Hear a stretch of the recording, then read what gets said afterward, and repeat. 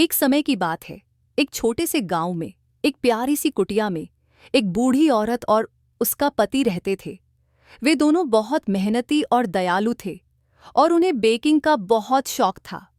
एक दिन अकेलापन महसूस करते हुए बूढ़ी औरत ने फैसला किया कि वह एक जिंजर ब्रेड मैन बनाएगी ताकि उनके साथ उसकी कंपनी हो सके। उसने आटा गूंथा, उसे बेलकर एक छोटे आदमी के आकार में काटा। उसने उसकी आंखों के लिए किशमिश, एक कैंडी की नाक और एक बड़ी हंसती हुई चेहरा सजावट की। फिर उसने उसे ओवन में रख दिया और इंतजार करने लगी। जैसे ही जिंजर ब्रेड मैन पक कर तैयार हुआ, बूढ़ी औरत ने ओवन का दरवाज़ा खोला।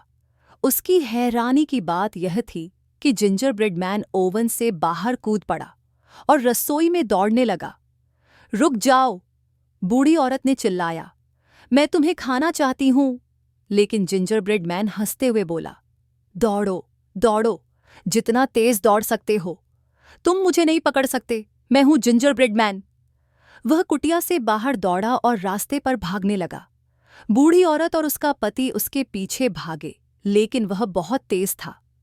रास्ते में जिंजर ब्रेड मैन की मुलाकात एक गाय से हुई। गाय ने रंभाते हुए कहा, तुम तो बड़े स्वादिष्ट दिख रहे हो, मैं तुम्हें खाना चाहती हूं। लेकिन जिंजर ब्रेड मैन हंसते हुए बोला, मैं एक बूढ़ी औरत और एक बूढ़े आदमी से भाग चुका हूं और मैं तुमसे भी भाग सकता हूं। दौड़ो दौड़ो, जितना तेज दौड़ सकते हो। तुम मुझे नहीं पकड़ सकते, मैं हूं जिंजर ब्रेड मैन। गाय उसके पीछे दौड़ी, लेकिन जिंजर ब्रेड मैन और भी तेज भागा। थोड़ा आगे जाकर जिंजर ब्रेड मैन की मुलाकात एक घोड़े से हुई। घोड़ा हिनहिनाया, रुक जाओ छोटे आदमी, मैं तुम्हें खाना चाहता हूं। लेकिन जिंजर ब्रेड मैन हंसते हुए बोला, मैं एक बूढ़ी औरत, एक बूढ़े आदमी और एक गाय से भाग चुका हूं और मैं तुमसे भी भाग सकता हूं। दौड़ो, जितना तेज दौड़ सकते हो।